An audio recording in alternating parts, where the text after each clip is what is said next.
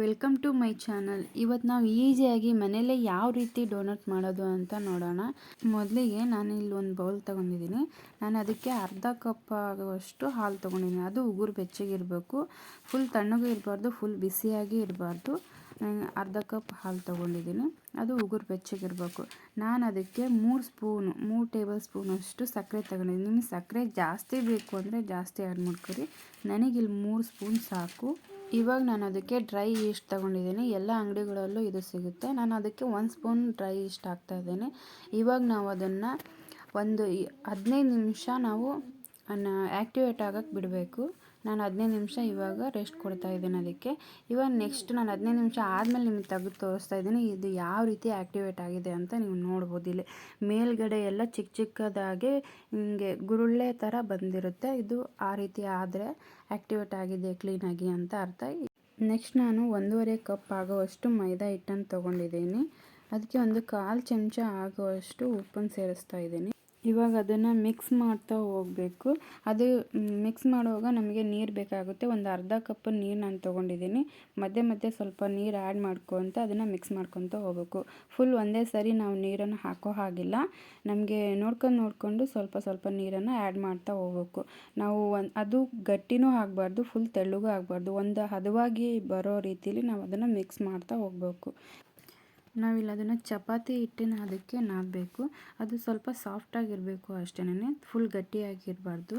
ಇವಾಗ ನಾನು ಅದಕ್ಕೆ 2 ಸ್ಪೂನು ತುಪ್ಪ ತೊಗೊತೀನಿ. ಇವಾಗ ನೋಡ್ಬೋದು ನಾನು 1 ಸ್ಪೂನ್ ಅದರಲ್ಲಿ ಹಾಕ್ಕೊತಾ ಇದ್ದೀನಿ. ಇವಾಗ ನೆಕ್ಸ್ಟ್ ಅದನ್ನು ನಾನು ಬೇರೆ ಪಾತ್ರೆಗೆ ಶಿಫ್ಟ್ ಮಾಡ್ಕೊತೀನಿ. ಯಾಕೆಂದರೆ ಅದು ಕ್ಲೀನಾಗಿ ನಾವು ನಾದಬೇಕು. ಅದನ್ನು ಎಷ್ಟು ಚೆನ್ನಾಗಿ ನಾವು ನಾದ್ತೀವೋ ಅಷ್ಟು ಚೆನ್ನಾಗಿ ಬರುತ್ತೆ. ಆಗ ನಾನು ದೊಡ್ಡ ಪಾತ್ರೆಯಲ್ಲಿ ಹಾಕ್ಕೊಂಡಿದ್ದೀನಿ ಅಷ್ಟೇ. ಇವಾಗ ನೋಡ್ತಾ ಇದ್ದೀರಲ್ಲ ನಾವು ಯಾವ ರೀತಿ ನಾದ್ತಾ ಇದ್ದೀನಿ ಅಂತ. ಇವಾಗ 2ನೇ ಸ್ಪೂನ್ ನಾನು ತುಪ್ಪ ಹಾಕ್ಕೊತಿದ್ದೀನಿ. ನೀವು ತುಪ್ಪ ಅಥವಾ ಬೆಣ್ಣೆ ಏನಾದರೂ ಹಾಕ್ಕೋಬೋದು. ನಾನಿಲ್ಲಿ ತುಪ್ಪ ಯೂಸ್ ಮಾಡ್ತಿದ್ದೀನಿ ಅಷ್ಟೇ. ನಾವು ಅದನ್ನು ಚಪಾತಿ ಹಿಟ್ಟು ಯಾವ ರೀತಿ ನಾದ್ತೀವೋ ಅದೇ ರೀತಿಯಲ್ಲಿ ಇದನ್ನು ಚೆನ್ನಾಗಿ ನಾದ್ಕೋಬೇಕು ಅಷ್ಟೇ.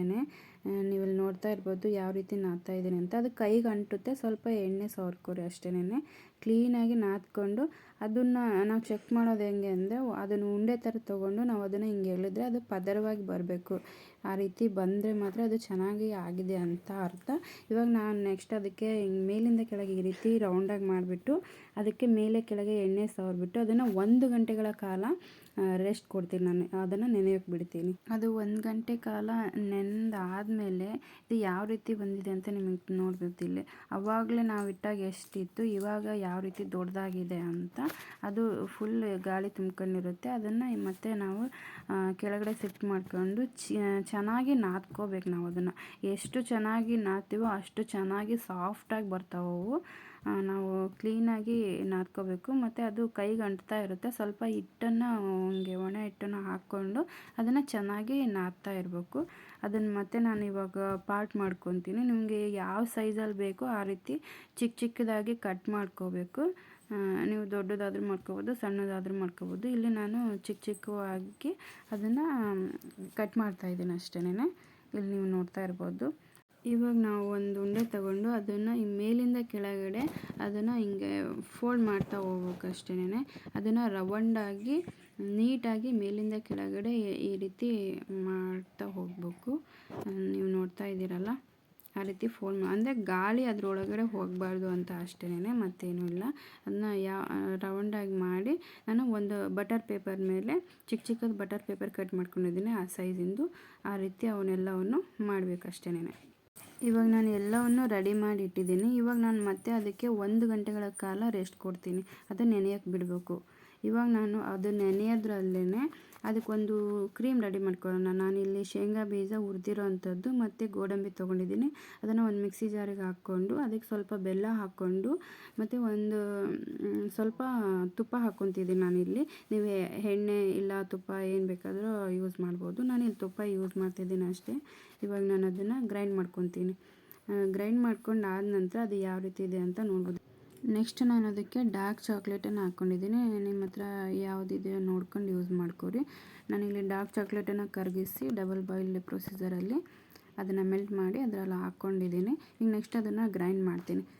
ನೀವು ನೋಡ್ತಾ ಇರ್ಬೋದು. ಇಲ್ಲಿ ನಾನು ಗ್ರೈಂಡ್ ಮಾಡಿ ಆದ ನಂತರ ಅದು ಯಾವ ರೀತಿ ಇದೆ ಅಂತ ನೀವು ನೋಡ್ಬೋದು. ಅದು ಗಟ್ಟಿಯಾಗಿದೆ. ಅದಕ್ಕೆ ಸ್ವಲ್ಪ ಗಟ್ಟಿ ಹಾಲನ್ನು ಒಂದು ಸ್ವಲ್ಪ ಹಾಕ್ಕೊಂಡು ನಾನು ಮತ್ತೆ ಗ್ರೈಂಡ್ ಮಾಡ್ಕೊತೀನಿ. ಅದು ಈ ರೀತಿ ಆಗಿದೆ.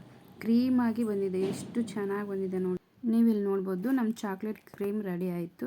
ಎಷ್ಟು ಚೆನ್ನಾಗಿದೆ ನೋಡಿ. ನೋಡ್ತಾ ಇದ್ರೇ ತಿನ್ನಬೇಕು ಅಂತ ಅನಿಸುತ್ತೆ. ಇವಾಗ ನೆಕ್ಸ್ಟ್ ನಾನಿಲ್ಲಿ ನಾವು ಅದು 1 ಗಂಟೆಗಳ ಕಾಲ ನೆನೆಯಕ್ಕೆ ಇಟ್ಟಿದ್ವಲ್ಲ, ಇವಾಗ ನೋಡ್ಬೋದು ಅದು ಯಾವ ರೀತಿ ಡಬಲ್ ಸೈಜ್ ಆಗಿದೆ ಅಂತ. ನೀವು ನೋಡ್ತಾ ಇದ್ದೀರಲ್ಲ ಯಾವ ರೀತಿ ಆಗಿದೆ ಅಂತ. ಇವಾಗ ನಾನೊಂದು ಕಡಾಯಿ ಬಿಸಿ ಮಾಡೋಕೆ ಇಟ್ಕೊಂಡಿದ್ದೀನಿ. ಅದು ಉರಿ ಮಾತ್ರ ಮೀಡಿಯಮಲ್ಲೇ ಇರಬೇಕು, ಹೈ ಆಗಂಗಿಲ್ಲ ಮತ್ತು ಲೋದಲ್ಲೂ ಇರೋಂಗಿಲ್ಲ. ಮೀಡಿಯಮ್ ಇಟ್ಕೊಂಡಿನೇ ನಾವು ಫ್ರೈ ಮಾಡ್ಕೋಬೇಕು, ಇಲ್ಲಾಂದರೆ ಸೀದೋಗ್ಬಿಡುತ್ತೆ. ಅದು ಗೋಲ್ಡನ್ ಬ್ರೌನ್ ಆಗೋವರೆಗೂ ನೀಟಾಗಿ ಚೆನ್ನಾಗಿ ಫ್ರೈ ಮಾಡ್ಕೋಬೇಕು. ನೋಡಿದ್ರಲ್ಲ ಯಾವ ರೀತಿ ಮಾಡೋದು ಅಂತ. ನೋಡಿ ನಾವು ಫ್ರೈ ಮಾಡುವಾಗ ಹೇಗಿತ್ತು, ಇವಾಗ ಯಾವ ರೀತಿ ಆಗಿದೆ. 1 to ಡಬಲ್ ಸೈಜಲ್ಲಿ ಅದು ಕಾಣ್ತಾ ಇದೆ. ನಾವು ಈ ಅಂಗಡಿಲಿ ತರೋಕ್ಕಿಂತ ನಮ್ಮ ಮನೆಯಲ್ಲೇ ನಾವು ನಮ್ಮ ಮಕ್ಕಳಿಗೆ ಹೆಲ್ತಿಯಾಗಿ ಈ ರೀತಿ ಪ್ರಿಪೇರ್ ಮಾಡಿಕೊಟ್ರೆ ಅವರು ಖಂಡಿತ ಇಷ್ಟಪಟ್ಟು ತಿಂತಾರೆ.